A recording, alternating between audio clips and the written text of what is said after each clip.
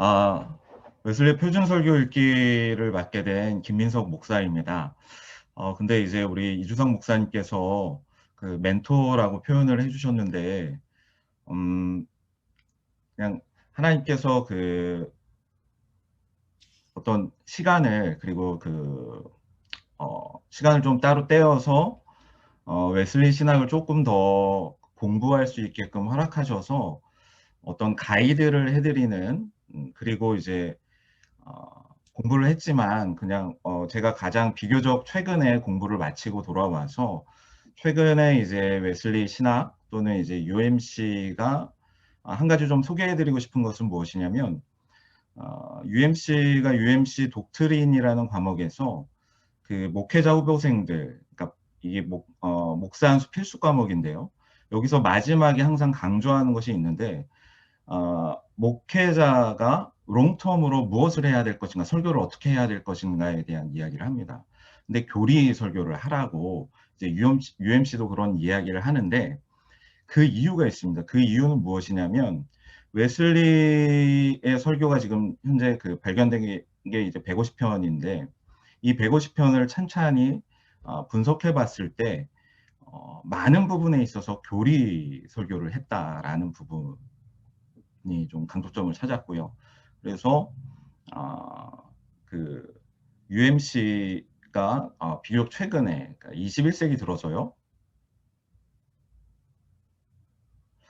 어, 죄송한데 이게 제게 회의가 10분 후에 종료된다라고 나와 있습니다. 어, 이게 제가 지금 학교 거를 쓰고 있는데 아직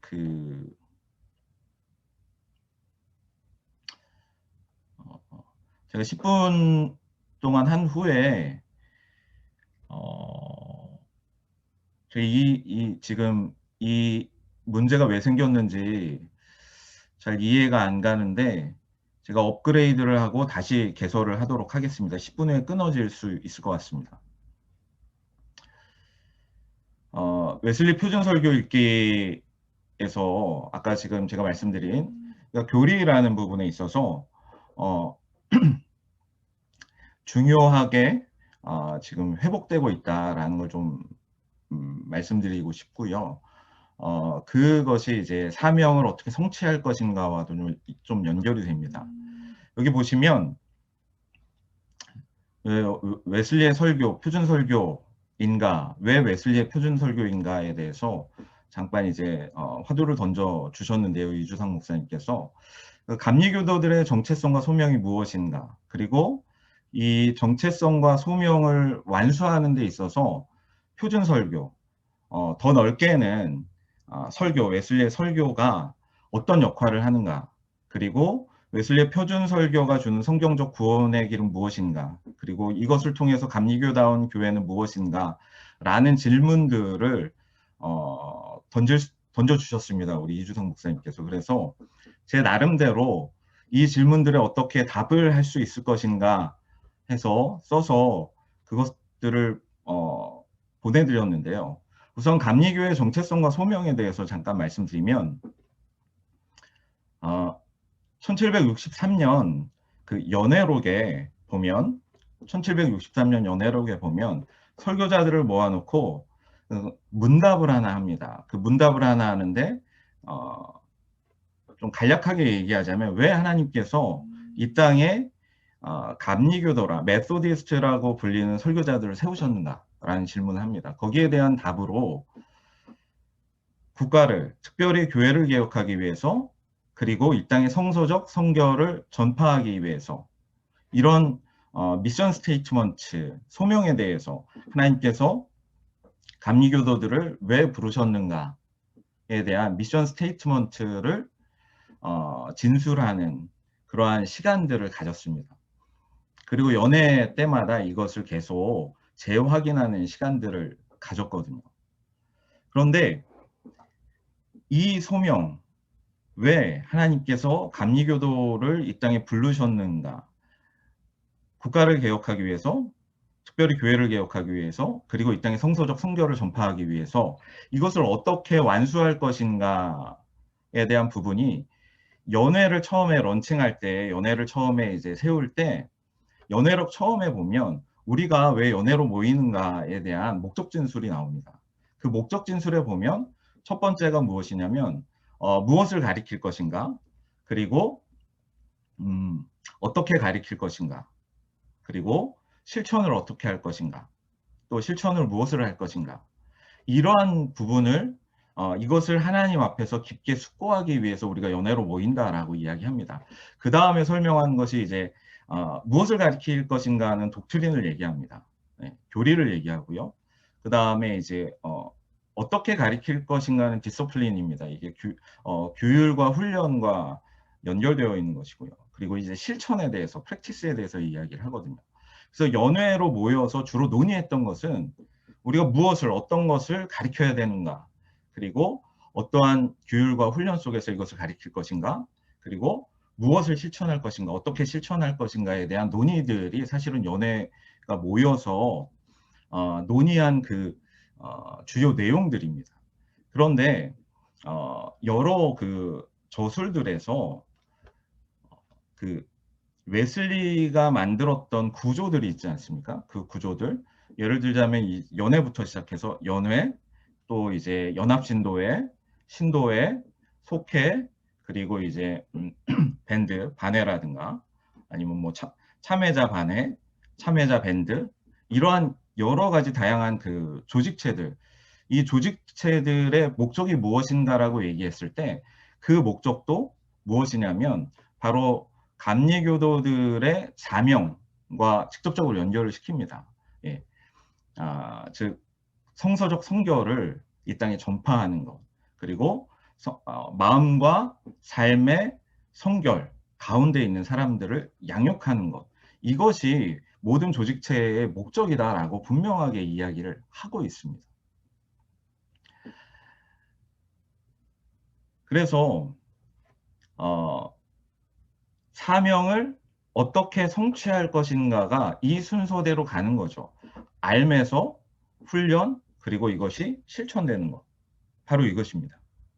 그러면 저희가 왜 웨슬리 표준 설교를 읽어야 되는가라고 했을 때 알이라는 것, 무엇을 가르칠 것인가라는 것에 가장 분명하게 그 집약되어 있는 것이 설교입니다.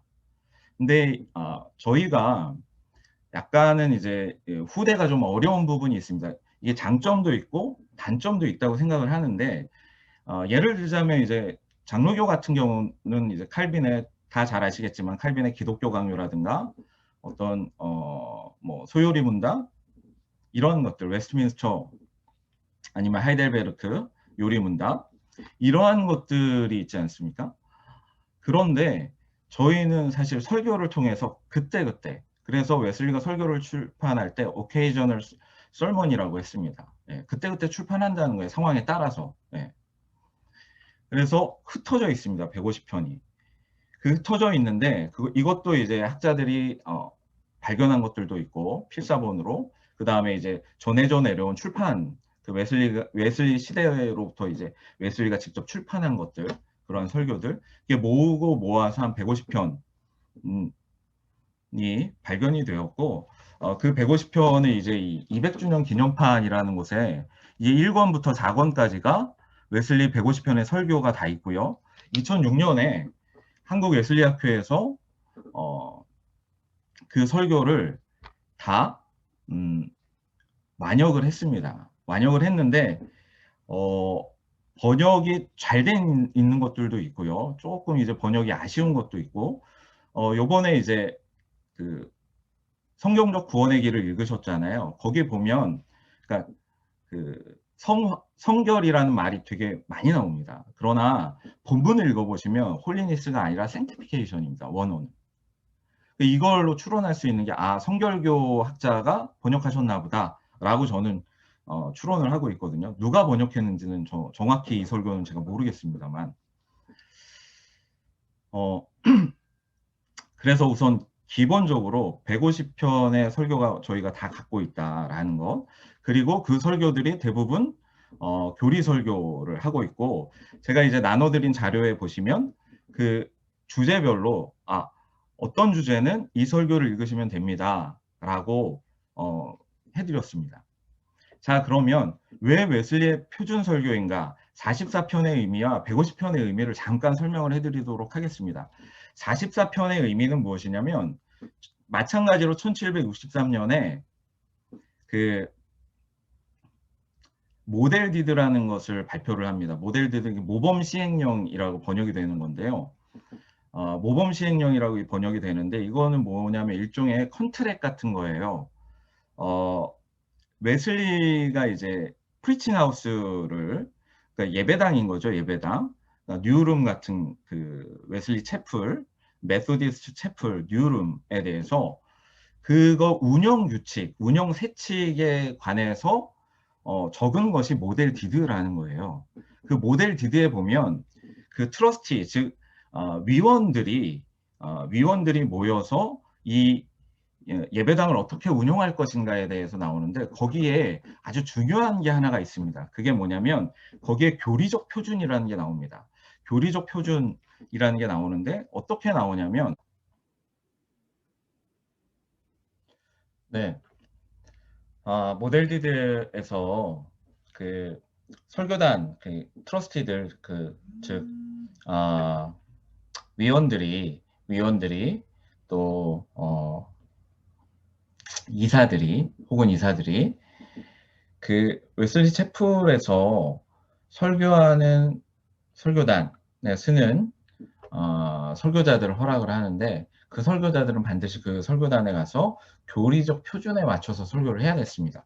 그 교리적 표준이라는 것이 무엇이냐면 웨슬리의 표준 설교 44편입니다.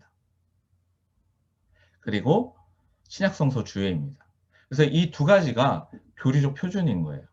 여기에 신조가 있잖아요. 그 신조를 포함해서 교리적 표준이다라고 이야기를 할 수가 있는 것입니다. 그러나 그 63년에 그 모델 디드에서 나온 교리적 표준은 그 두 가지인 거죠. 44편의 웨슬리 설교 그리고 신약성서 주해입니다. 그러나 후기에 1770년대쯤에 표준 설교를 53편으로 이야기를 해요. 그래서 후기 설교들이 좀 들어가 있습니다. 오늘 저희가 읽은 그 성경적 구원의 길이라는 설교도 53편에 들어가는 거거든요. 네. 그리고 이제 그러나 이제 더 후반 1781년인가에 또 이제 표준 설교집을 출판하는데 거긴 또 44편이에요. 그래서 뭐 김동완 목사님 같은 경우는 뭐 어떤 학자들은 그 뭐 53편이냐 44편이냐에서 44편을 이야기하는데 뭐 가장 핵심적인 건 44편이지요. 그러나 53편도 저는 의미가 있다고 보고요. 또 한 가지 배경을 아셔야 될 부분이 있습니다. 그 배경은 뭐냐면 당시 메소디스트 감리회 운동의 초기 감리교 운동의 설교자들은요. 이렇게 잘 배운 사람들이 아니에요. 평신도 설교가들이었거든요. 대학 교육을 받은 사람들이 아니었다라는 겁니다.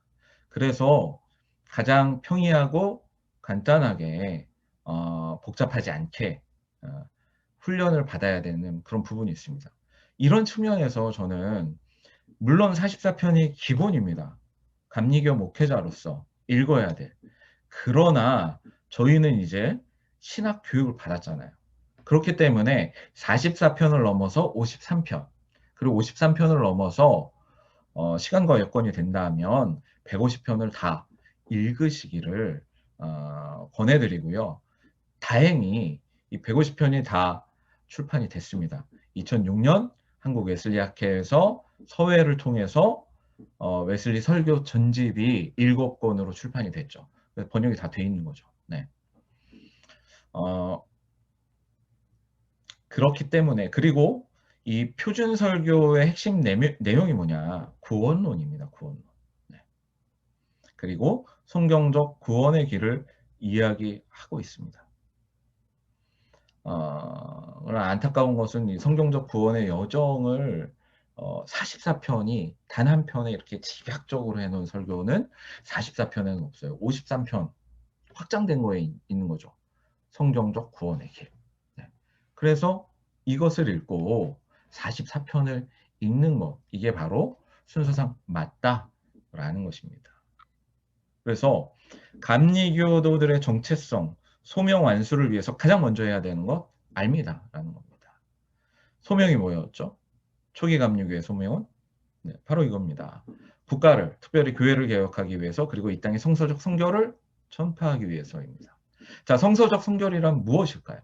그것은 바로 자녀들을 위한 교훈서라는 조그만 교리문답서에 나오는데요. 성결이란 무엇입니까? 하나님을 사랑하고 하나님을 위해서 온 인류를 사랑하는 것이 성서적 성결이다 라고 이야기하고 있습니다. 성서적 성결이 바로 이것입니다. 그리고 웨슬리는 자신의 설교를 통해서, 교리를 통해서 바로 이걸 얘기하고 있어요.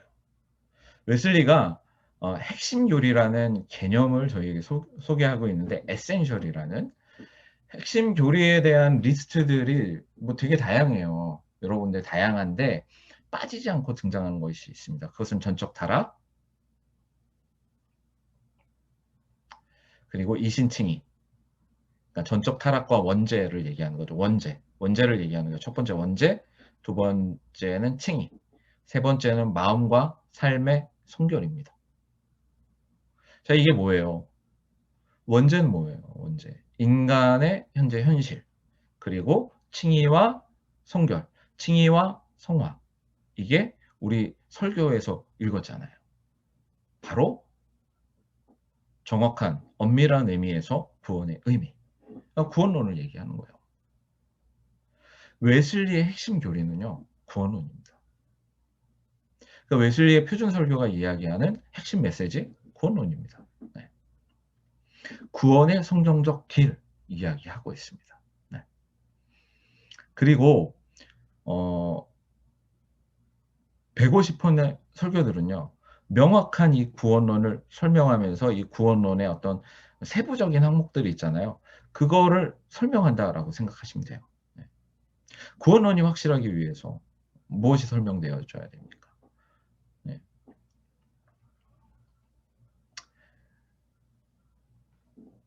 그렇기 때문에 우리가 감리교의 사명을 성취하기 위해서, 감리교의 정체성을 확립하기 위해서 가장 기본적으로 행해야 될 것은 무엇을 가리킬 것인가가 확실해야 되는 거죠.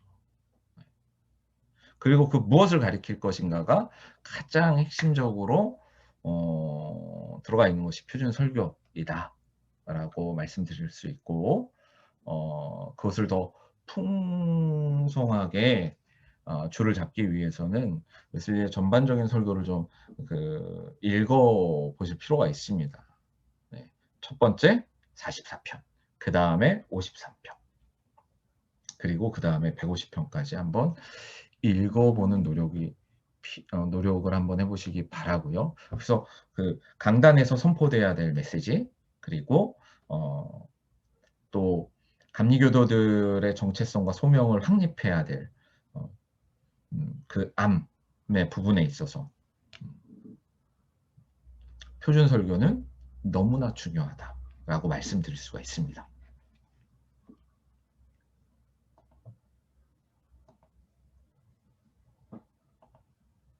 그래서 표준 설교를 반드시 읽으셔야 돼요. 읽으셔야 되는데 이 150편의 설교들을 보시면 구원론이 핵심입니다. 핵심인데 이 구원론을 떠받치기 위해서는요, 삼위일체론이 분명해야 됩니다. 기독론이 분명해야 돼요. 그리고 이 구원론을 어떻게 실천할 것인가에 대해서는 교회론과 종말론이 분명해야 됩니다. 이 모든 것들이 웨슬리의 설교 안에 다 들어가 있습니다. 그런데 명시적으로 이야기하는 건 구원론 중심이에요.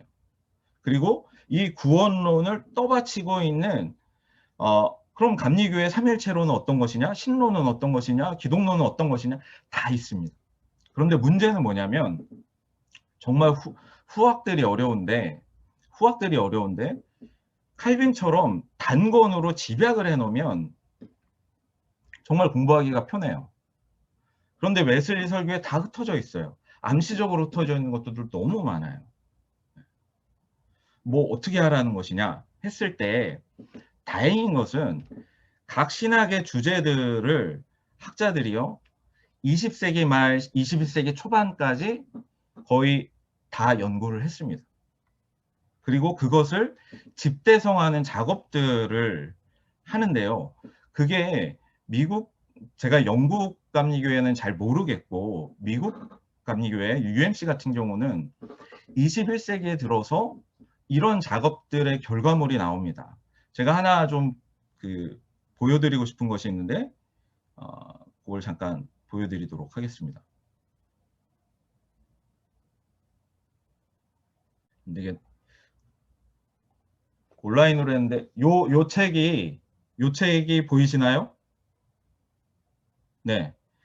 이 책이 무엇이냐면 토마스 오덴이라는 학자가 2014년에 완결판을 냈습니다. 4권으로요. 2권은 교리입니다. 1권과 2권은 교리이고요. 3권은 이제 3권, 4권이 이제 헷갈린데 목회에 대해서 한 권, 그리고 윤리에 대해서 한 권. 이렇게 4권으로 집약을 해놨습니다. 주 텍스트가 웨슬리 150편의 설교거든요.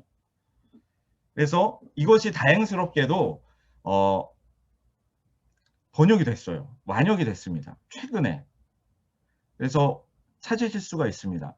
그 책은 존 웨슬리의 기독교 해설이라는 것입니다. 그 4권이 지금 현재 나온 것 중에 가장 잘 웨슬리의 신학을 통전적으로 잘 소개해주고 있는 책입니다.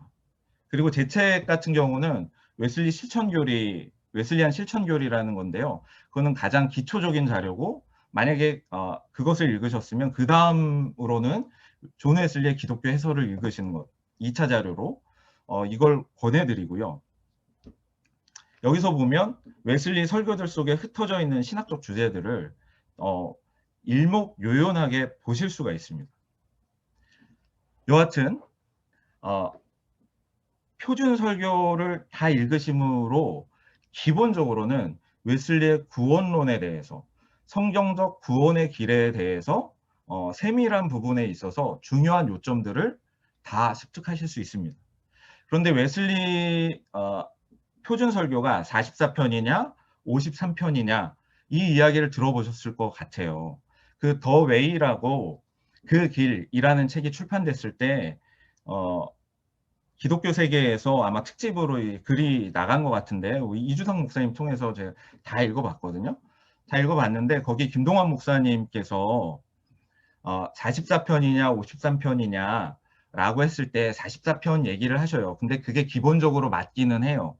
44편이 기본적으로 맞는데 저는 53편, 제가 뭐 미국에서 공부해서 그런지 몰라도 53편을 읽어보시기를 저는 추천해요. 왜냐하면 후기 설교들이 좀 들어가 있거든요.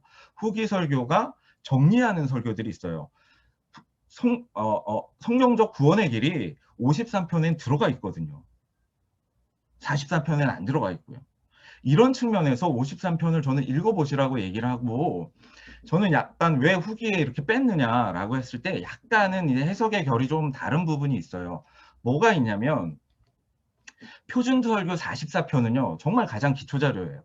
왜 기초 자료냐라고 했을 때 감리교 초기 감리회 운동의 설교자들은요. 평신도들이었어요. 그러니까 대학에서 전문적인 신학 교육을 받은 사람들이 아니었다라는 거죠. 그렇기 때문에 모델 디드에서 너희 다른 거 하지 말고 네 생각 얘기하지 말고 이겁니다. 물론 제가 좀 과장해서 얘기하는 거예요. 네. 니네 딴 생각하지 말고 이 웨슬리 내 표준 설교 44편 그리고 신약성서 주에 이거 열심히 공부하고 이 안에서만 설교해 라고 한 거예요. 그런데 목사님들 저희는 신학 훈련을 받았잖아요. 그러니까 44편 기본입니다. 그리고 그 이상 사실은 하셔야 돼요. 네. 저는 그걸 말씀드리고 싶어요. 44편이 가장 중요합니다. 그건 확실합니다. 그러나 거기에서 멈추어서는 안 된다라는 것. 왜냐하면 우리는 250년 전, 그쵸, 거의 300년 전, 한 280년 전, 어, 그, 초기 메소디스트 부흥 운동의 설교자들보다 훨씬 신학적인 트레이닝을 더 많이 받은 사람입니다. 그래서 44편. 근데, 네, 그렇습니다. 저도 처음에 이제 웨슬리 설교를 읽을 때 정말 궁금했던 게 있어요. 이거 진짜 이렇게 설교했을까? 왜 이러지? 그래서 제가 하이젠 레이터 교수님한테 이걸 물어본 적이 있어요. 근데 두 가지를 얘기하시더라고요. 그러나 사실 이 부분에 있어서 SMU의 테드 캠벨이 가장 정확하게 연구한 사람인데, 어, 그 리차드 하이젠레이터라는 교수님께 제가 이 부분을 살짝 물어봤는데 그냥 웃으면서 얘기하시더라고요. 야, 250년 차이야. 지금도요, 이 웨슬리 텍스트를 그냥 미국 애들에게 던져주면요, 너무 힘들어해요. 단어의 의미가 달라요. 그리고 안 쓰는, 지금은 미국 애들도 안 쓰는 그거를 이제 크랩이라고 표현을 하시더라고요. 그러니까 그 격식어 같은 거, 뭐라고 그러더라, 그거를. 뭐 하여튼, 어, 의미는 없는데 꾸미는 말들 있잖아요. 의미는 중요하지 않지만 꾸미는 말들. 네. 그것들이 들어가 있다라는 거예요. 그래서 어렵게 느껴진다. 첫 번째. 그리고 두 번째는 실제로 설교를 한 그거를 쓴 본문들도 있지만 출판했다라고 이야기를 합니다. 그러니까 실제로 이 설교를 할 때는 단문이 더 많았을 것이다. 그리고 또 이걸 다 읽으시려면, 이걸 다 설교하려면 사실 25분, 30분의 설교 못해요. 1시간도 넘어가요. 그래서 이렇게 길게 했을까 했는데, 이거는 제 추측입니다만, 야외 설교잖아요. 제가 깜짝 놀랐던 게 테드 캠벨이 더 이런 이야기를 하더라고요. 이 설교문보다 더 길게 했을 것이다. 집회니까요. 아, 집회라서 그런가? 저는 그렇게 이해를 했습니다. 테드 캠벨에게 물어보진 못했지만, 그냥 저 혼자 요거는 이제 추론한 거예요. 그러니까 이러한 상황적인 차이가 있다라는 것을 가지고 우리가 강단에서 이 설교를 어떻게 적용할 것인가는 좀 생각을 해봐야 될 것 같고요. 그리고 요약본을 제가 드렸는데 그 요약본을 읽어보셨으면 10포인트 한 3장 정도로 했습니다. 10포인트 3장이면 한 30분 되나요? 네. 그 이 속도에 따라 다른데 저는 설교할 때 좀 말이 느리거든요. 저는 조금 더 하고 저보다 빠르신 분들은 그렇게 하는데 사실 교리 설교이니까 어떻게 보면 상당히 재미없는 설교가 될 수도 있는 거죠. 그래서 감리교의 정체성 그리고 감리교의 소명을 실현하는데 즉 국가를 교회를 변화시키고 개혁하고 그리고 이 땅의 성서적 성결을 전파하는데 가장 기본이 됐던 1단계 그것은 바로 알입니다. 알을 어떻게 전할 것인가? 바로 설교다. 이겁니다. 그리고 그것을 어떻게 훈련할 것인가? 그리고 어떻게 실천할 것인가? 여기까지 나아가는 데 있어서 가장 기본이 되는 게 교리, 그리고 그 부분을 가장 명확하게 이야기해 주는 게 바로 표준설교다. 그렇기 때문에 저희가 왜 하나님께서 감리교인들을 부르셨는가라는 정체성, 그리고 소명에 대한 확인, 그것을 설교를 통해서 하실 수 있다. 그렇기 때문에 표준설교가 중요하다. 그리고 이것이 다시금 강단에서 선포되어져야 된다라고 말씀드리고 싶고요. 현재 UMC가 자기 그 UMC 교회 정체성을 이렇게 이제 현대적으로 좀 표현을 했습니다. 뭐냐면 세상의 변혁을 위해서 예수 그리스도의 제자를 만들어내는 것이 UMC의 교회의 사명이다라고 이야기를 했습니다. 그리고 이 사명을 성취하는데 가장 기본이 무엇이냐? 바로 이것을 구원론을 그리고 교리를 강단에서 롱텀으로 설교자들이 끊임없이 선포해야 된다. 이게 저는 이제 컨텍스트가 미국에서 이제 UMC 안수받는 사람들을 한 4년을 가르쳤습니다. 그래서 이 컨텍스트가 여기가 더 익숙한데 귀국해서도 한국 교회 상황에서도 세밀한 적용의 부분에 있어서는 조금 다르겠지만 표준 설교 속에 나와 있는 교리를 그리고 알물 또 실천을 선포해야 될 강단에서 한국교회가 강단에서 선포해야 될 시대적 사명이 있다라고 저는 확신을 합니다. 여기까지 왜 표준 설교인가에 대해서 제가 좀 설명을 해드렸고요. 좀 자세한 것은 제가 이제 그 강의록을 드렸잖아요. 그걸 읽으셨을 거라고 생각이 됩니다. 여기까지 혹시 질문이 있으시면 제가 질문을 받도록 하겠습니다.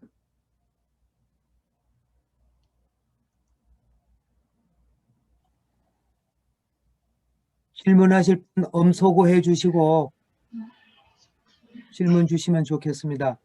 한두 질문만 받도록 하겠습니다. 교수님, 평창지역 신동희 목사입니다. 네. 아까 표준 설교 44편을 기본적으로 읽고 거기 더 나가서 53편을 읽어야 된다고 말씀하셨는데 현재 한국에서 표준 설교 53편을 구할 수가 있을까요? 그 전체 있잖아요. 네. 2006년에 출판한 한국 웨슬리 학회에서 출판한 그 웨슬리 설교집 있죠. 거기 1번부터 53번 그걸 읽으시면 됩니다. 대한 기독교서에서 출간한 거 말이죠. 네네네. 서회에서 출간한. 네. 제목 다시 한번 책명 말씀해 주세요. 책명을 지금 책명이요. 네. 여기 잠깐만 기다려주세요. 여기 제 자료 보내드린 곳에 여기 있습니다. 이종만 목사님이 지금 책을 소개하고 있습니다. 네네. 여기 보시면 지금 여기 나온 설교본은 한국 웨슬리 학회에서 2006년에 번역 출판한 웨슬리 설교 전집의 설교번호이다 해서 웨슬리 설교 전집 이것을 이야기하는 겁니다.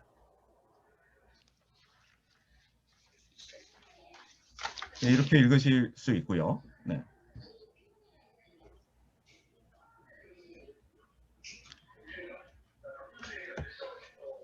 네, 그러면 구원의 성경적 길을 함께 보도록 하겠습니다.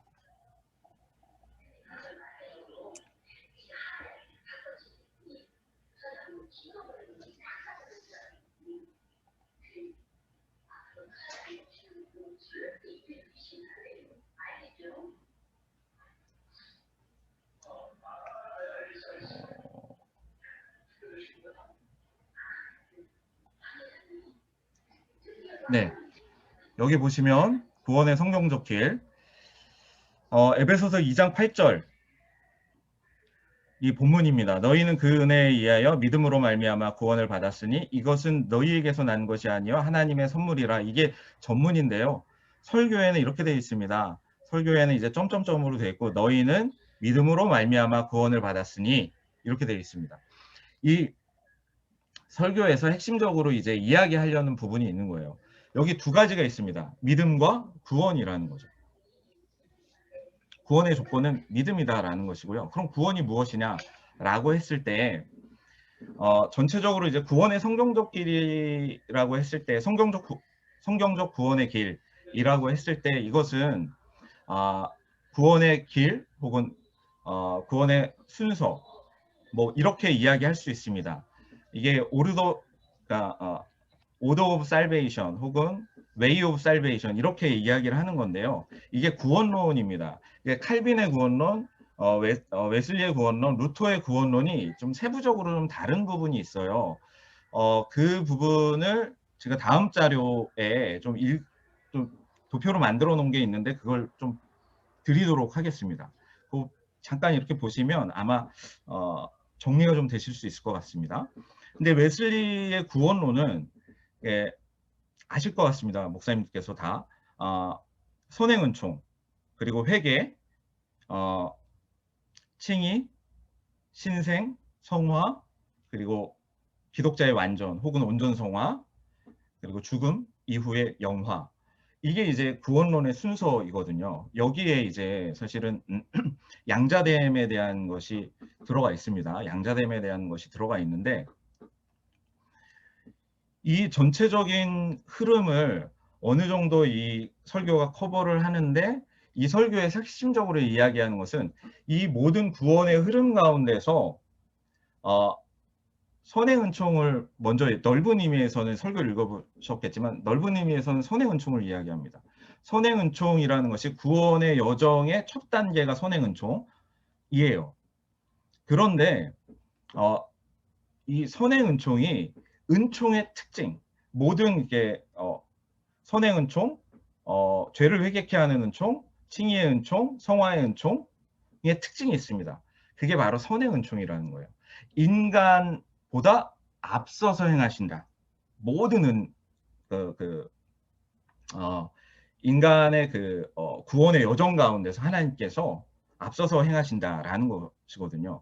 그리고 여기서 또 한 가지 은총 이해에 대해서 조금 이제 주의를 하셔야 될 것이 무엇이냐면 이게 그러니까 은총의 그러니까 구원의 순서라고 하다 보니까 구원의 순서라고 하고 각각의 은총의 명칭들이 있잖아요. 선의 은총, 죄를 깨닫게 하는 은총, 칭의의 은총, 성화의 은총 이러다 보니까 은총이 다 다른 은총이라고 생각을 하시는데 아니요. 은총은 하나입니다.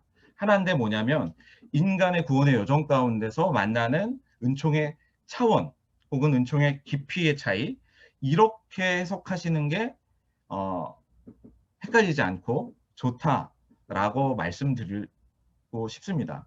이것은 뭐 사실은 제 이야기는 아니고요. 랜디 매덕스라는 교수님께서 디멘션이라는 표현이 훨씬 좋다라는 이야기를 하셨거든요. 그 저도 좀 동의를 하고요.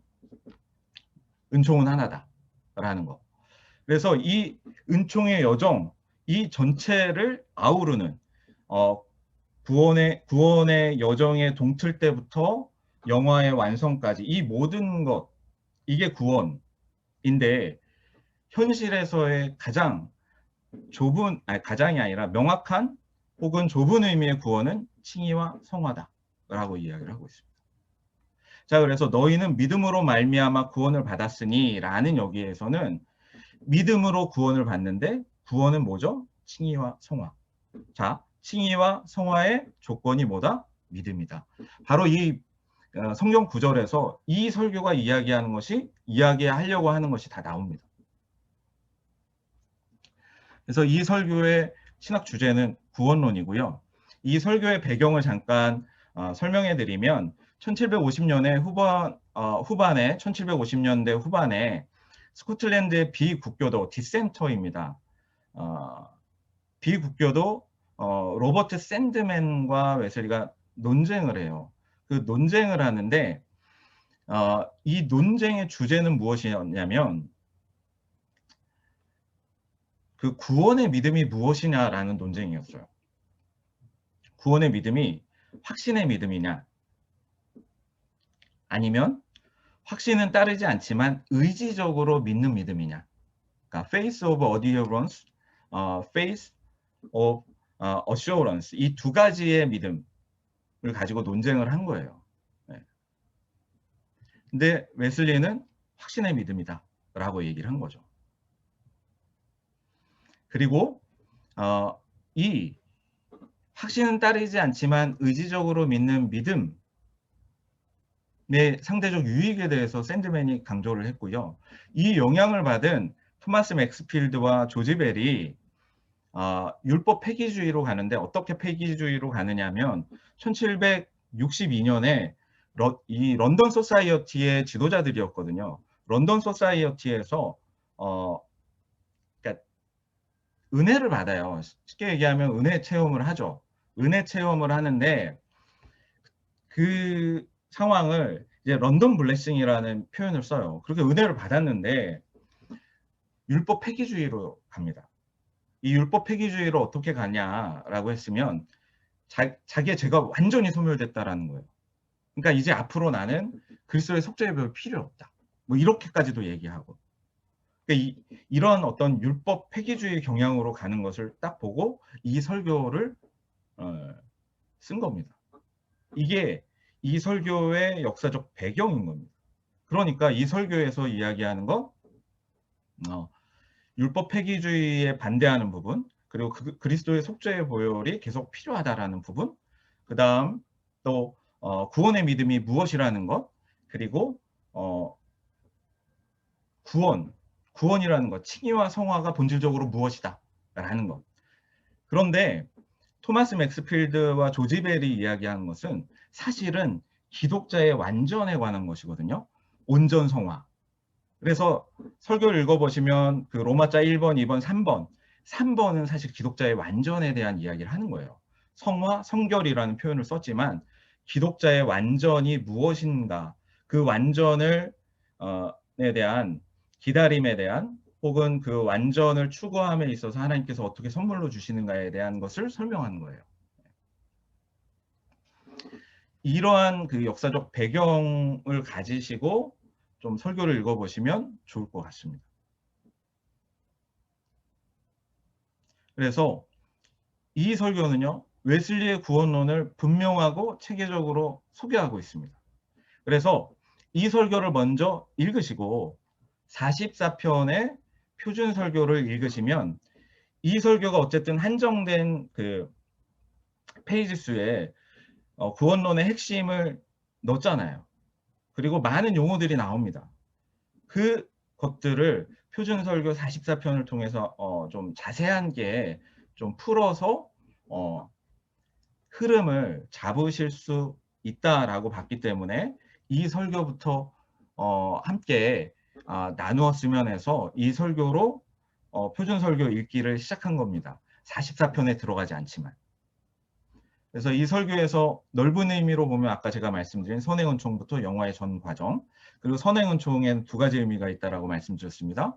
구원의 과정, 구원의 여정, 구원의 순서에서 첫 번째 단계를 말하는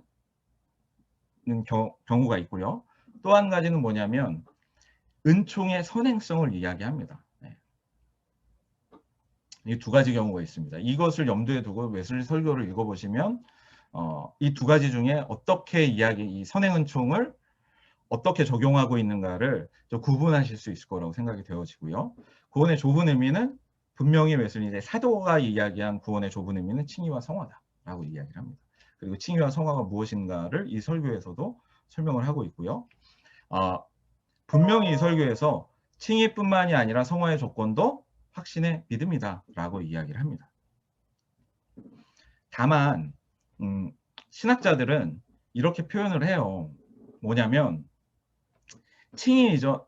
그러니까 칭의의 조건으로서의 믿음을 구원의 믿음 또는 이제 칭의의 믿음 뭐 이렇게 이야기를 하고요. 또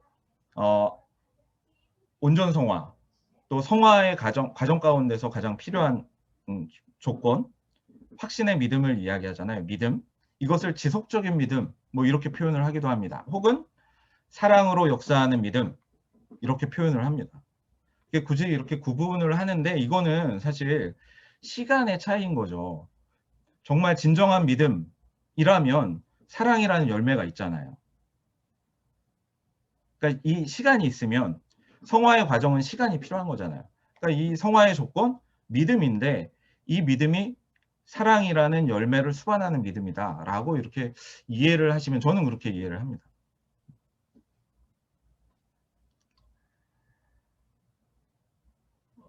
자, 이제 요약을 잠깐 해드리면 3장 정도 이렇게 해드렸는데 이 포인트를 조금씩 집어드리도록 하겠습니다. 오늘 조금 그러니까 중간에 한 10분 정도 이게 날아간 시간 5분에서 10분 정도 날아간 시간이 있는데 제가 한 30분까지 해도 될까요? 그리고 30분 네. 이주성 목사님 30분까지 제가 강의를 좀 해도 될까요? 예, 그렇게 해주시면 좋습니다. 예, 네네네. 괜찮습니다. 다른 네. 분들도 그렇게 해주시면. 죄송합니다. 시간을 못 맞춰서. 여기 보시면 이게 종교학적으로 얘기를 하는 거죠. 종교학적으로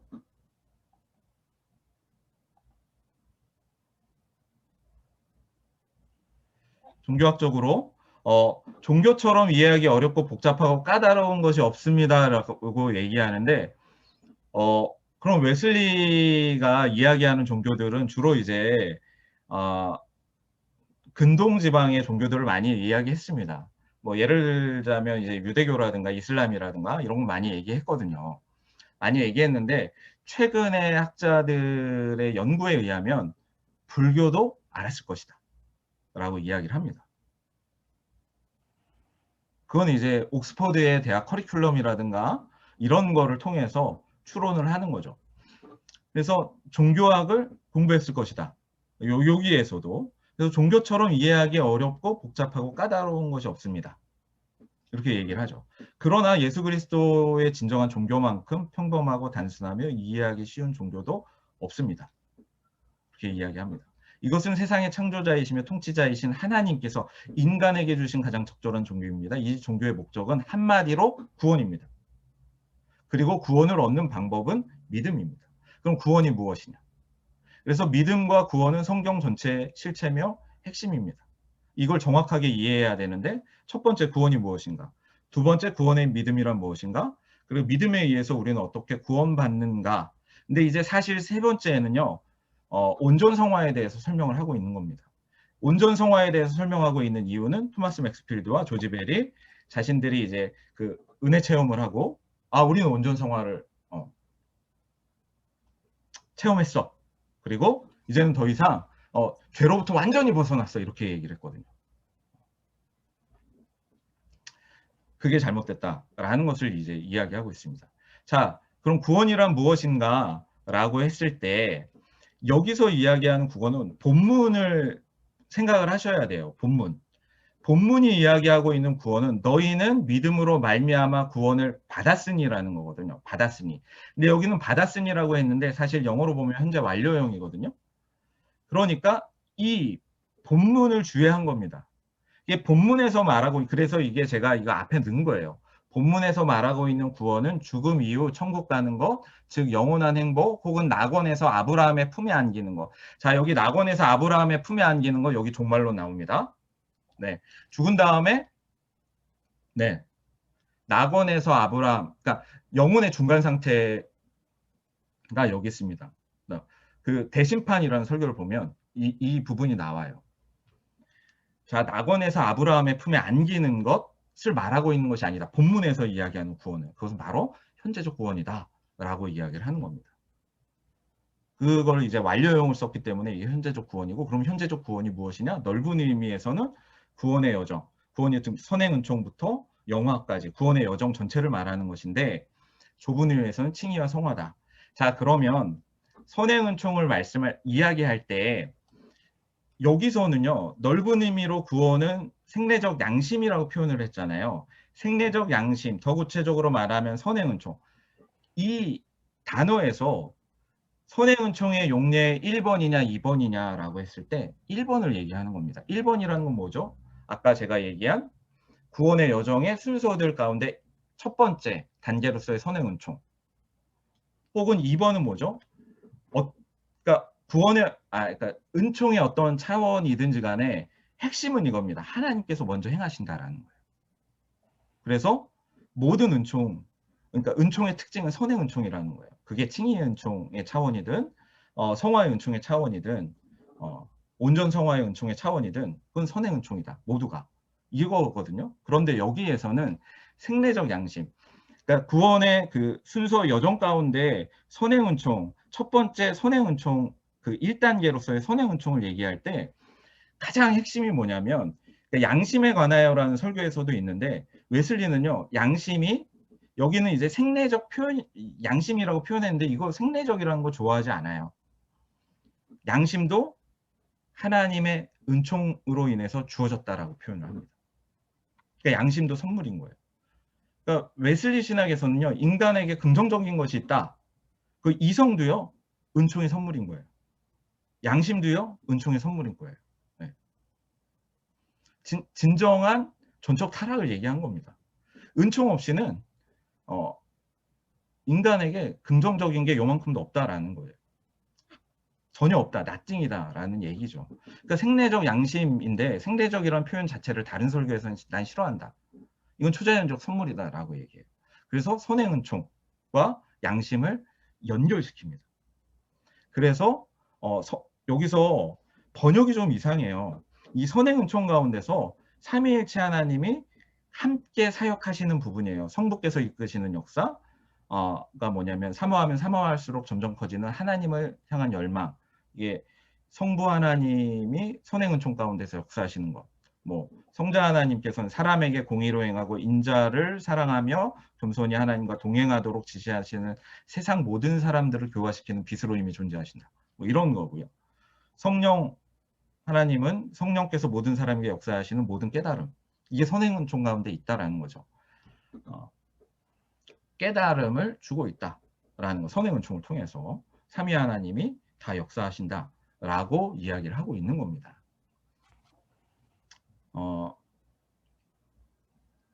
그런데 엄밀한 의미에서 이게 구원이냐라고 했을 때 엄밀한 의미에서 구원은 칭의 성화인 거죠. 칭의 성화. 그래서 칭의는 여기서 죄에 대한 용서, 하나님에 대한 하나님의 용납을 이야기하는 거죠. 그리고 이 결과가 뭐죠? 하나님과 우리의 화해인 거예요. 이게 칭의론에 대해서 어느 정도 나오고 여기에 이제 우리 칭의의 공로적 원인이라고 제가 이렇게 신학적인 용어로 써드렸어요. 그러니까 meritorious cause of justification 이게 스콜라주의에서 five cause를 얘기해요. 구원의 혹은 칭의의 5가지 원인 뭐 이런 식으로 이야기를 합니다. 거기에 이제 웨슬리도 그걸 이제 다 활용을 한 건 아닌데 이런 것들을 좀 쓰긴 해요. 그러니까 칭의의 공로적인 원인 그것이 바로 그리스도에게 있다라는 거예요. 그러니까 이것을 통해서 그리고 또 한 가지 믿음은요. 믿음은 철저히 감리교 신학에서는 하나님께서 주시는 선물이거든요.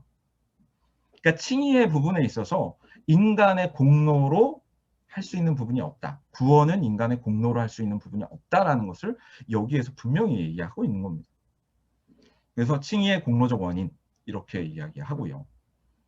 그게 그리스도의 보혈과 의, 그리스도에게 있다라고 얘기해요. 그럼 믿음은 뭐냐? 형식적인 원인인 거죠. 이게 칼빈이 얘기한 거거든요. 그것을 웨슬리에게도 적용할 수가 있습니다. 이런 부분에 있어서 칼빈 신학과 상통하는 부분이 있습니다. 그래서 우리의 칭의의 공로적 원인은 범죄자들을 위해 그의 영혼을 쏟기까지 고통당하시고 행하신 모든 것, 특별히 그리스도의 보혈과 의이다 라고 이야기를 하고요. 칭의의 즉각적인 결과는 모든 지각 위에 뛰어난 하나님의 평안 그리고 하나님의 영광의 소명 안에서 말할 수 없는 기쁨, 평안과 기쁨이다 이렇게 이야기를 하고요.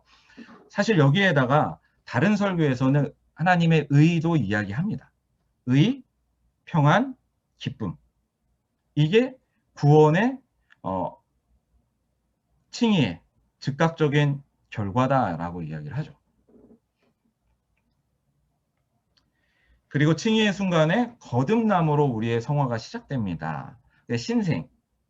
신생을 통해서 성화의 시작이 신생이다. 성화의 시작이 거듭남이다.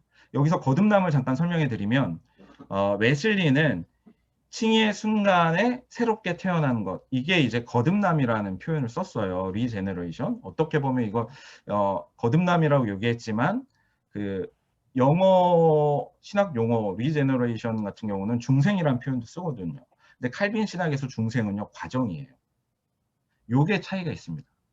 그러니까 찰스 웨슬리는요 그 중생이라는 표현을 과정으로 생각을 했고요. 과정으로 좀 썼고요. 웨슬리는 이것을 신생이라는 어떤 순간적인 여기에 제한해서 쓰려고 했습니다. 그래서 같은 용어를 쓴다고 해서 칼빈과 웨슬리를 동일하게 이용을 썼다라고 생각하시면 안 됩니다. 그래서 칭의의 순간에 거듭남으로 우리의 성화가 시작됩니다. 성령에 의해서 거듭난 우리는 하나님의 능력으로 인해서 내적으로 새로워집니다. 이 이야기를 해요. 자, 여기에서 칭의와 신생의 이 관계를 또 그리고 그리스도의 의에 대한 이 세 가지의 관계를 정확하게 자세히 설명하고 있는 설교가 우리의 의가 되신 그리스도라는 설교예요.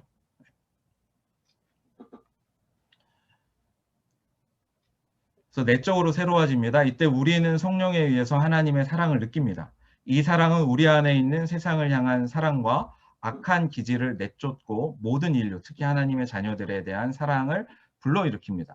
즉, 땅에 속한 감정적이며 악마적인 우리의 마음을 그리스도 예수 안에 있는 마음으로 변화시킵니다. 이렇게 이야기를 합니다. 그래서 이 원문을 보면 기질의 변화도 이야기하거든요. 경향성의 변화도 이야기하고요. 기질의 변화도 이야기합니다.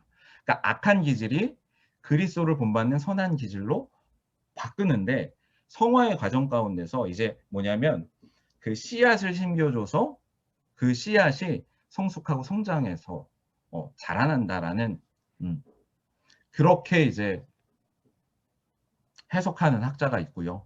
이게 되게 애매하게 좀 설명을 하는데 저는 이 측면으로 좀 바라보고 있고 이 부분도 다른 설교에서 좀 요 과정을 성화 또 기독자의 완전 이러한 것을 주제를 다루는 설교들에서 이 부분을 좀 더 자세히 저희가 읽을 수가 있습니다. 그래서 이러한 체험을 한 사람들은 나는 죄를 느끼지 않는다. 그렇기에 나에겐 죄가 없다. 죄의 존재가 없어졌다라고 생각하기 쉽습니다. 그러나 곧 이것은 잘못된 깨달음이라는 것을 알게 됩니다. 그러니까 이 안에 신자 안에 남아있는 죄가 있다. 그게 뭐냐면 죄악성입니다. 죄악성. 죄악성 그렇죠. 그러니까 인간의 그 타락한 본성이 아직 완전히 치유되지 않았다라는 걸 이야기하는 겁니다. 그래서 여기는 이렇게 표현을 하죠. 죄가 일시적으로 정지된 상태일 뿐 완전히 없어진 것은 아니다라는 것을 깨닫습니다. 그런데 여기서 이야기하는 죄는 타락한 본성을 이야기한 겁니다. 그래서 이 타락한 본성이 완전히 없어지는 상태, 그게 이제 사실 그게 기독자의 완전인 거예요. 온전 성화. 타락한 본성이 없어져. 하나님께서 완전히 없어주시는, 그 선물로 없애주시는, 그걸 우리가 기도해야 되고, 그걸 추구해야 된다. 이게 마지막 부분에 얘기하는 거거든요. 마지막 부분에 얘기하는 것이 기독자의 완전을 얘기하는 거예요. 온전 성화. 그래서 이것이,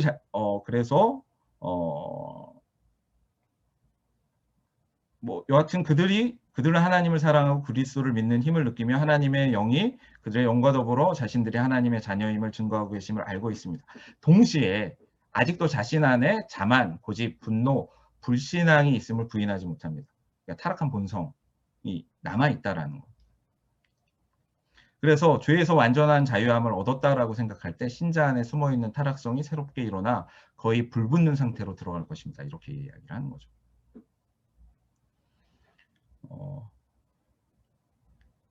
8번 같은 경우는 이 8번은 읽어보시면 그러니까 악을 피하고 선을 행하고 모든 규례와 윤례, 하나님이 제정하신 규례와 윤례에 참여하라. 예배에 열심히 참여해라. 이거예요. 이게 모든 그 메소디스트 무브먼트 참여자들에게 준 그 일반 규칙이라는 거거든요. 악을 피하고 선을 행하고 하나님이 제정하신 그 규례와 윤례에 참여해라. 이거거든요. 이걸 쓴 겁니다. 이게 그 성화의 과정 가운데서 우리가 해야 할 것이 이것이다.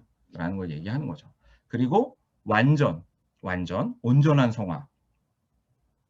그러므로 완전한 대로 나아갈지니라 라는 사도의 말처럼 우리는 우리의 모든 죄, 자만, 고집, 분노, 불신앙으로부터의 온전한 구원, 그러니까 타락한 그 본성을 하나님께서 완전히 소멸시켜 주시고 완전한 사랑, 그러니까 사랑을 이야기하는 겁니다. 완전한 사랑의 온전한 성화를 기다리고 있습니다. 라고 이야기를 합니다. 여기에서 온전 성화가 무엇이냐라고 했을 때 적극적인 의미는요. 온전한 사랑, 항상 기뻐하고 쉬지 말고 기도하고 범사에 감사하는 주님의 사랑을 본받는 그 사랑, 그것을 이야기하는 것이고요.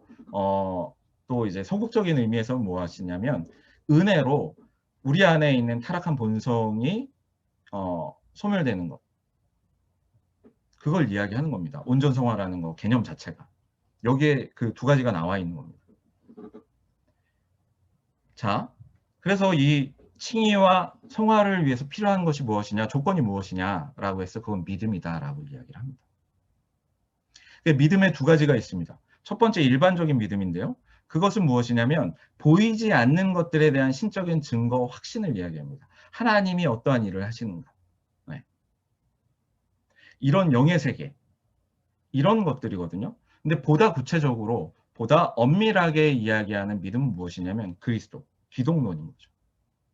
그리스도를 통해서 세상과 화해하신 것, 그리고 그 그리스도가 나를 사랑하셔서 나를 위해 자기 자신을 주심으로 나를 구원하셨다라는 것에 대한 신적인 증거와 확신, 이것을 이야기하는 것. 교리문답에서도 자녀들을 위한 교훈서에서도요, 이 두 가지를 이야기하고요. 또 믿음이란 무엇인가에 대해서 일반적인 의미, 또 이제 구체적인 의미, 이 두 가지를 다 교리문답에서도 이야기하고 있습니다. 교리연화록에도 나와 있고요. 그럼 이 믿음이 확신의 믿음인가, 혹은 확신이 없지만 의지적인 믿음인가라고 확신이 부족하더라도 의지적인 믿음인가라고 했을 때 분명히 확신의 믿음이다라고 이야기를 합니다. 그러니까 이 구원의 믿음은 확신의 믿음이다. 본문은 그 이야기를 하는 거죠. 그리고 이 확신의 믿음을 통해서 우리는 구원을 받습니다. 더 정확하게 이야기하면 칭의와 성화, 칭의와 성결, 이것을 받는다라는 것을 이야기하는 것이고요. 그러면 우리는 이 믿음에 의해서 어떻게 구원을 받는가라는 세 번째 단계가 나오잖아요. 여기에서 조금 이제 그 회개에도 두 종류가 나와요. 여기에서 보시면. 그러니까 의롭다 여김을 받는데 믿음만으로 충분합니다. 이렇게 얘기를 해요. 믿음이 칭의의 유일한 조건입니다. 그런데 딱 넘어가서 그럼 회개는? 이런 이야기를 3-2에서 하잖아요. 그 회개의 열매는? 이렇게 이야기를 합니다. 그런데 감리교 신학에서 웨슬리가 이야기하는 회개의 개념이 있거든요. 회개의 개념은요. 보통 이제 우리 회개를 과정으로서의 회개는 하나님으로부터 멀어지다가 턴어라운드에서 하나님을 향해 가는 이 전반적인 과정을 회개다라고 이야기를 하잖아요. 그런데 웨슬리 신학에서 이야기하는 회개는요. 물론 이런 부분도 있지만 그러니까 핀셋으로 이렇게 뽑아서 이제 회개 개념을 얘기하거든요. 회개의 가장 기본적인 개념은 뭐냐면 아는 거예요. 그래서 회개케 하는 은총이라는 것이 이게 convict라는 단어를 썼어요. 원문에는 18세기 용어는 convicting grace라고 썼거든요. 근데 convict가 지금은 선고하고 확신하게 하고 뭐 이런 거거든요. 근데 그런 의미가 아니에요. 18세기엔 뭐냐면 convict라는 건 죄를 깨닫게 한다는 거예요. 깨닫게 한다. 무엇을? 죄를 깨닫게 한다. 그러니까 이 회개는요. 죄를 깨닫게 하는 거예요. 죄를 깨닫는 거. 그러니까 이 회개의 기본은 죄를 깨닫는 거예요. 근데 칭의 이전의 회개는 뭐냐면 무슨 죄를 깨닫는 거냐? 내가 자범죄가 있다라는 걸 깨닫는 거예요. 내가 죄인이다라는 것을 깨닫는 거예요. 그리고 나에게 가능성이 없다라는 것을 깨닫는 거예요. 이게 칭의 이전의 회개입니다. 그리고 이거를 법정적 회개다라고 부를 수가 있습니다. 학자들은 그렇게 부르거든요. 근데 칭의 이후에 지속적인 회개가 필요해요. 그러면 칭의 이후에 지속적인 회개의 의미가 뭐냐? 이것도 깨닫는 겁니다.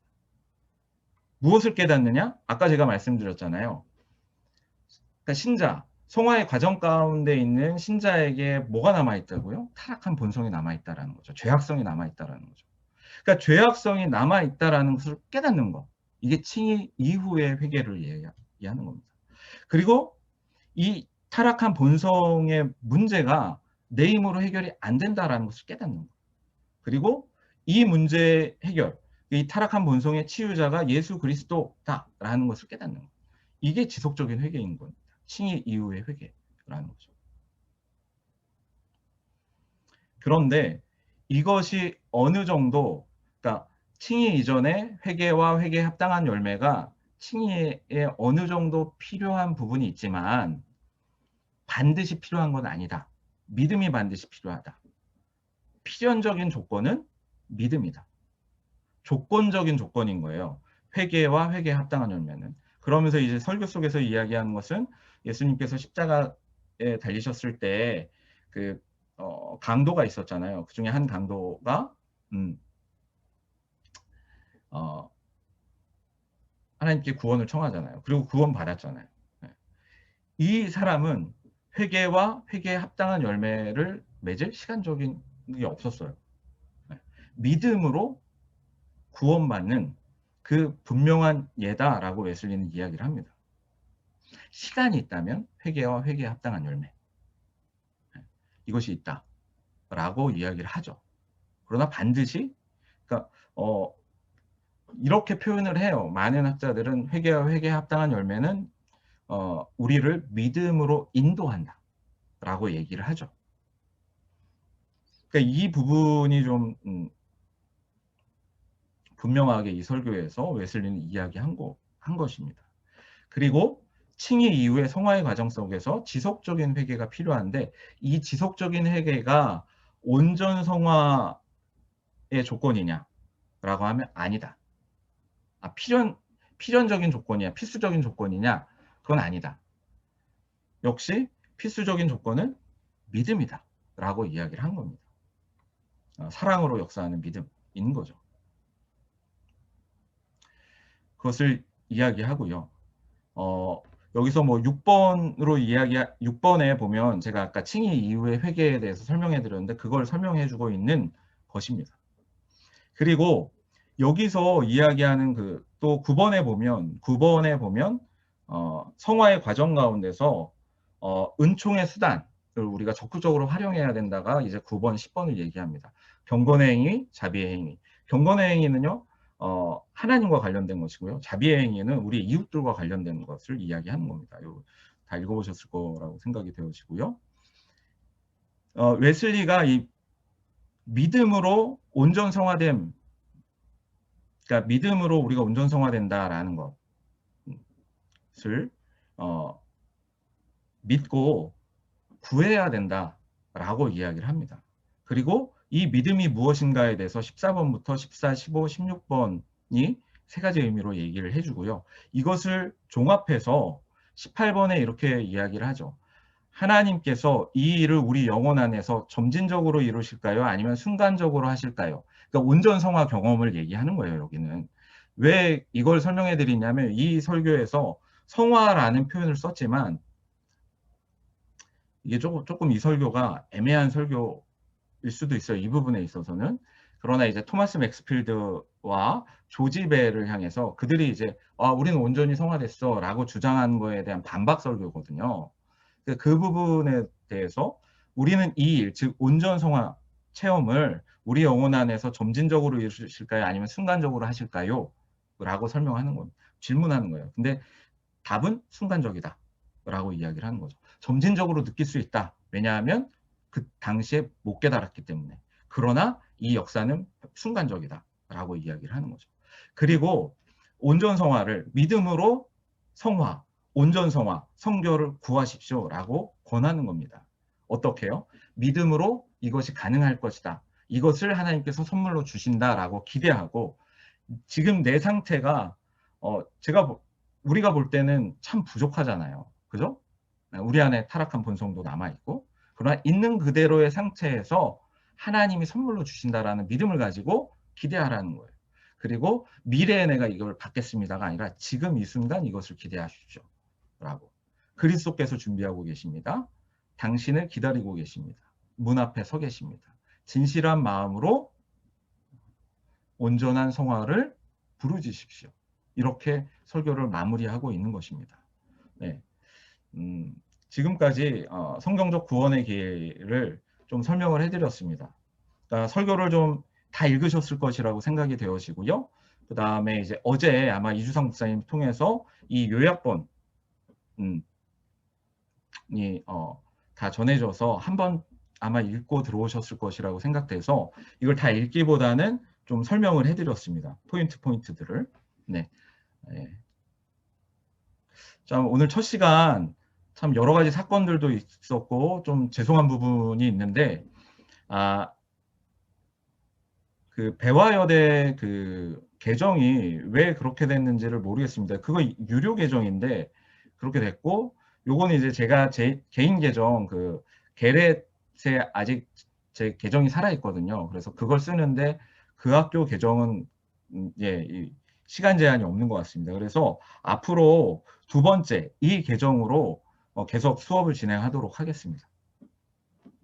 네, 지금까지 부족하지만 여러 선배님들 앞에서 또 동료 목회자들 앞에서 진짜 두렵고 떨리는 마음으로 첫 시간 강의를 했고 정말 전 너무나 부족하고요. 그러나 하나님께서 준비시킨 만큼 최선을 다해서 나누는 그러나 한없이 부족합니다. 좀 네, 이쁘게 봐주시면 감사하겠습니다. 네, 여기까지 제가 강의를 마치도록 하겠습니다. 수고하셨습니다. 수고하셨습니다. 박수 한번 쳐주시기 바랍니다. 소고해 주시고요. 강의 들으라고 다들 수고해 주셨습니다.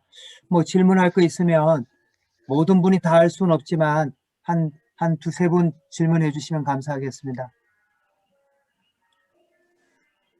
꼭 이 오늘 강의가 아니더라도 웨슬리 표준 설교에 대해서 질문해 주셔도 좋고요.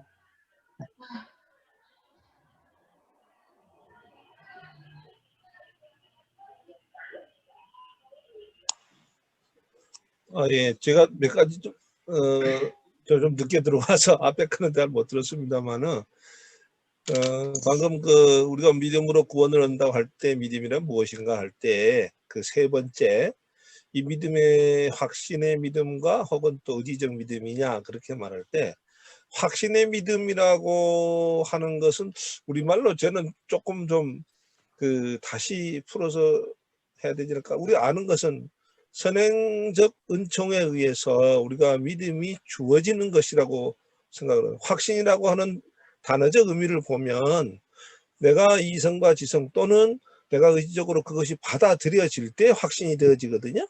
그러면 그것은 내가 판단하는 거예요. 확신이라고 하는 것은 결국은 주어졌지만 내가 판단하지는 거예요.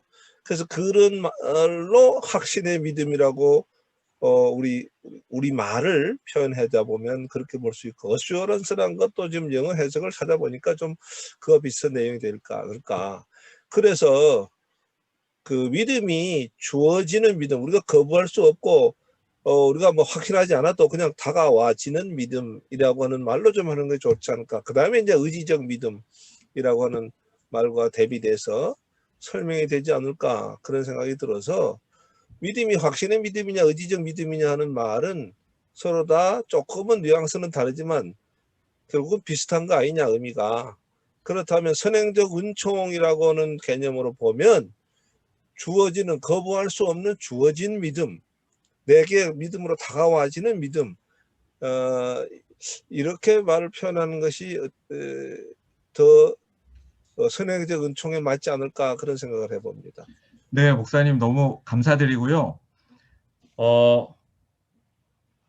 핵심을 지금 질문을 해주셨어요. 너무나도 중요한 그 믿음에 대해서 잠깐 이제 조금 설명을 해드리면 믿음은 웨슬리 신학에서 사실 믿음은 선물입니다.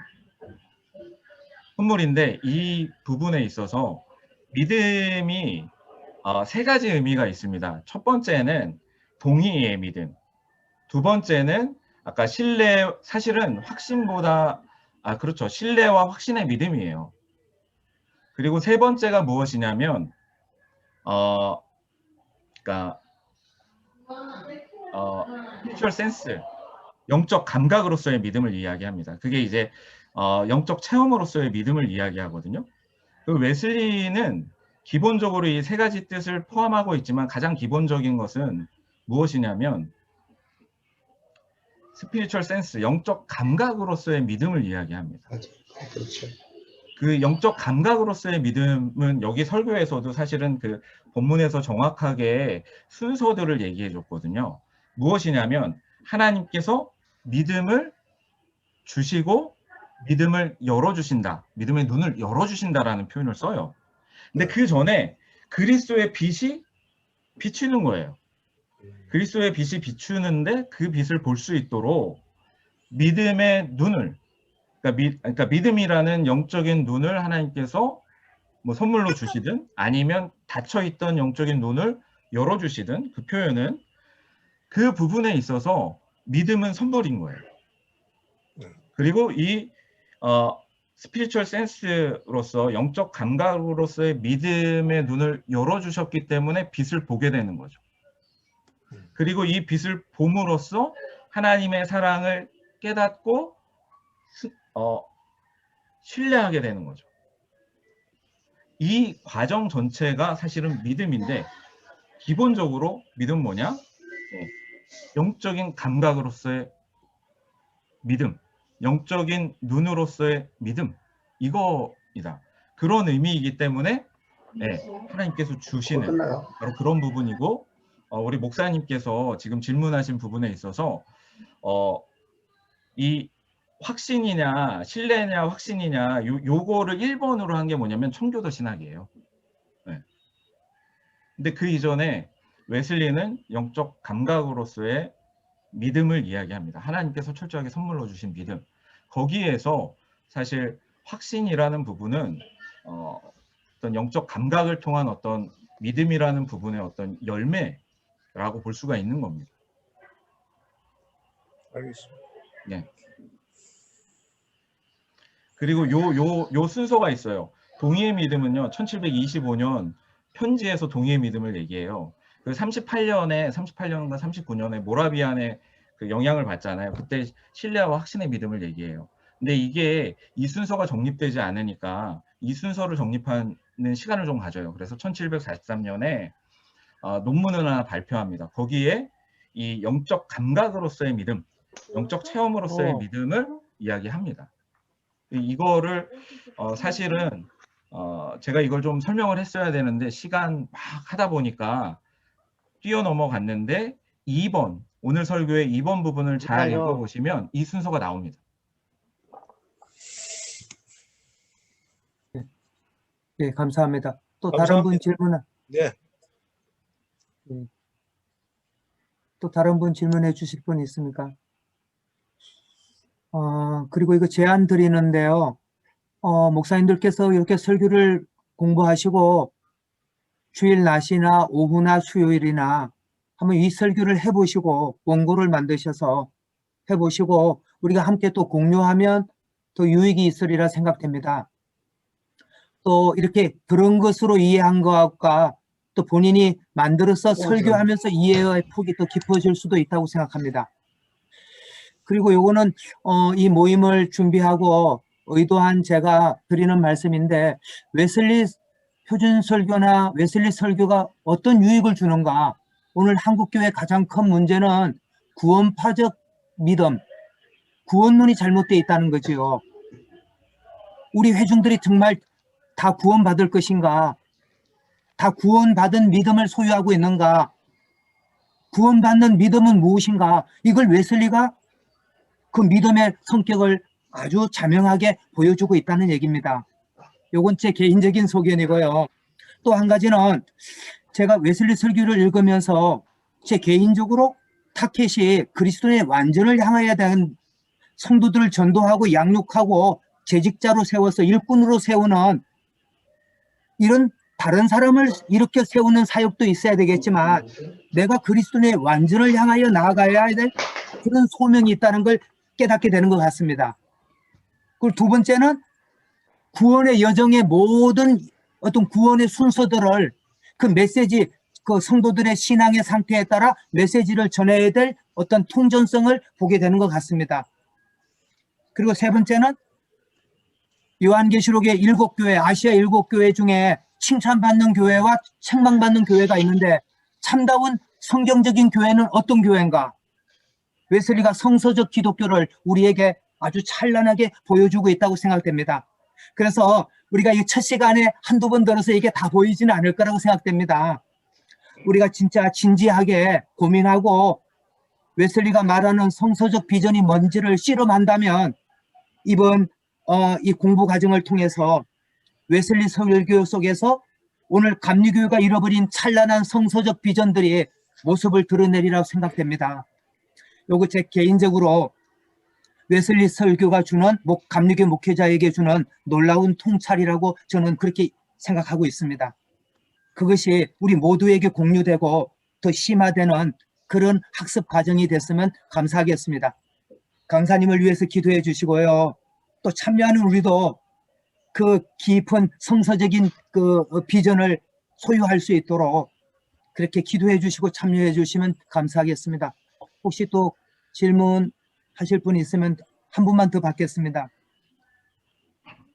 교수님, 제가 하나만 더 여쭤볼게요. 네네. 오늘 그 믿음에 대한 정의 중에 다른 말은 이제 이렇게 어느 정도 잘 이해가 되는데 신적 증거라고 하는 말 할 때 이렇게 어느 정도 정리가 되는데 그 설명을 말로 표현하니까 좀 그래서 그 신적 증거에 대해서는 좀 말씀을 좀 해주셨으면 좋겠습니다. 신적 증거라는 것은 이제 그러니까 성령님의 증거를 얘기하는 거예요. 네. 우리의 영 안에서 역사하시는 하나님의 영이 역사하시는 그 증거, 하나님의 영의 증거와 우리 안에서 역사하시는 증거. 그러니까 이 믿음이라는 것 자체가 하나님께서 증거하시지 않으면, 하나님께서 주시지 않으면 우리가 믿음을 소유할 수 없고 믿음을 가질 수 없다라는 것이고, 결국 신적 증거는 그러니까 하나님께서 주신다라는 표현을 생각하시면 좋을 것 같습니다. 네, 알겠습니다. 네.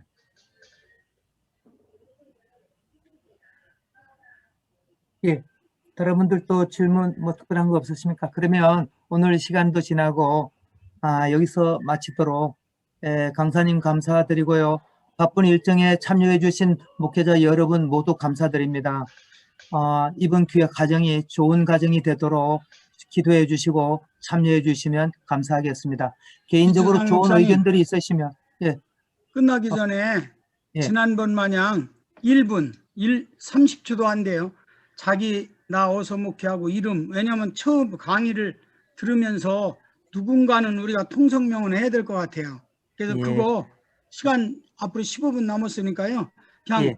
저한테 먼저 시켜봐요. 제가 어떻게 해나. 그러면 그렇게 한 줄로 그냥 딱 하면 예. 이거 뭐 2분도 안 걸려요. 그렇게 하면 예. 말로만 들어도 이게 누구구나. 그래야지 다음 더 들어서 갈 것 같아요. 그래요. 좋습니다. 그러면 오늘 잠깐 통성명만 하고 네. 우리 이주박 목사님께서 한번 좀 시범을 해주세요. 예, 저는 온양원 전 아산이라고 그러죠. 봉제교회 이종만 목사입니다. 감사합니다. 예, 감사합니다. 그다음, 그다음에 이주원 목사님 좀 소개 좀 해주세요. 소개를 쭉쭉. 예. 전 동호교회 이조원 목사입니다. 얼굴 좀 보여주세요. 얼굴이 안 보여요. 뭐예요? 예, 얼굴이 그렇게 해야 보여요. 예, 감사합니다. 그다음에 신동인 목사님. 평창지방 신동인 목사입니다. 지금 제가 집이 아니라서 좀 환경이 좀 그렇네요. 얘기하기가. 예. 예, 이강수 목사님 키워주시고 소개 좀 해주세요. 안녕하세요. 전 서울의 중랑지방 평화교회에 있습니다. 이관수입니다. 반갑습니다.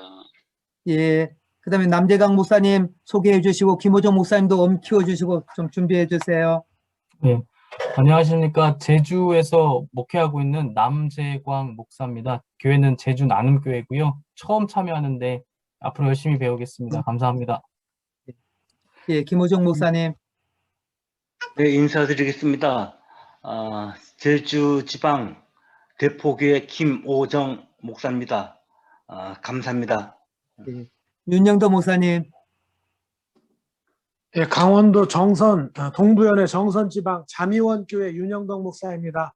반갑습니다. 예, 이상주 목사님. 네, 영월 성은교회 이상주 목사입니다. 반갑습니다. 예, 감사합니다. 김재홍 목사님.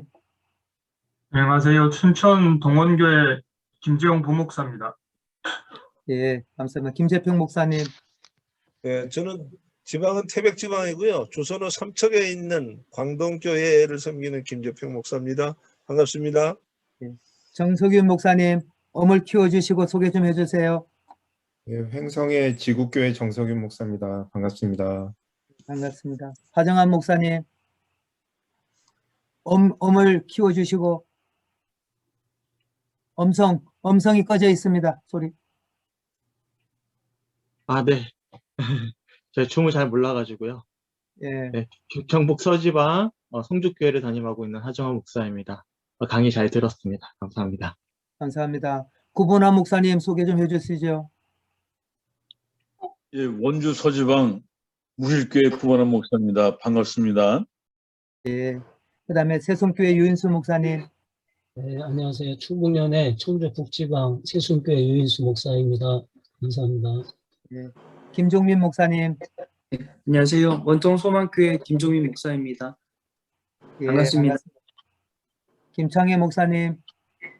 네, 춘천의 글로레교 김창혜 목사입니다. 반갑습니다.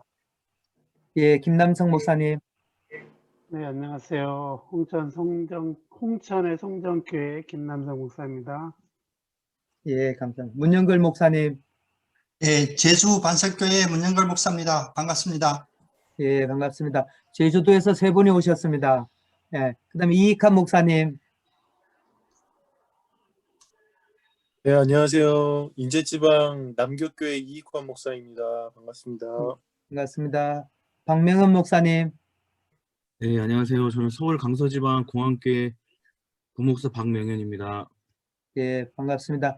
이태연 목사님 얼굴은 안 보이지만 소개하실 수 있으면 좀 소개해 주세요.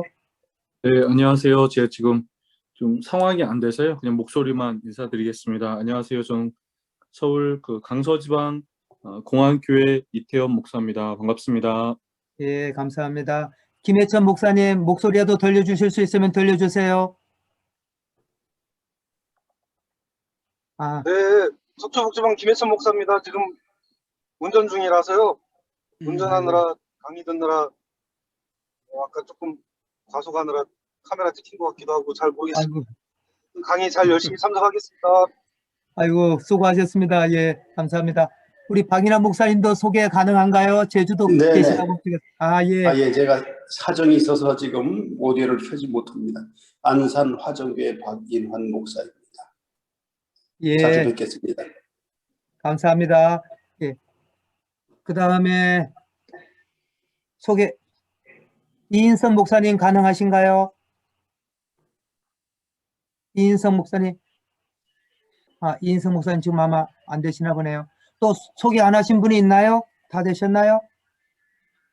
미리 좀 일정이 있어서 나가신 분이 계시고요. 오늘 32분 참여하셨네요. 저희가 한 39분 정도 신청하셨는데 목회 일정 때문에 한 7분은 들어오지 못하시고 녹화해서 좀 주시면 좋겠다 그렇게 저한테 연락을 주셨습니다. 예. 이주상 목사님. 예. 제가 목사님 말씀 끝나고 제가 2가지만 이 줌에 대해서 좀 말씀드릴게요. 예. 목사님 말씀 끝나고. 아니요. 말씀하셨을 때 다 그래요. 제가 이거 몇 번이 강의를 참석하면서 제 얼굴도 여러분이 보고 여러분의 얼굴이 지금 다 나오는데요. 첫 번째는 강의를 들으실 때의 노트북을 뒷 배경이 문 쪽으로 하면 지난번에도 보니까 어떤 사모님이 밤띠고 살살 가는 것도 다 들리고 다 보여요. 그래서 이 테이블을 이 줌을 볼 때 항상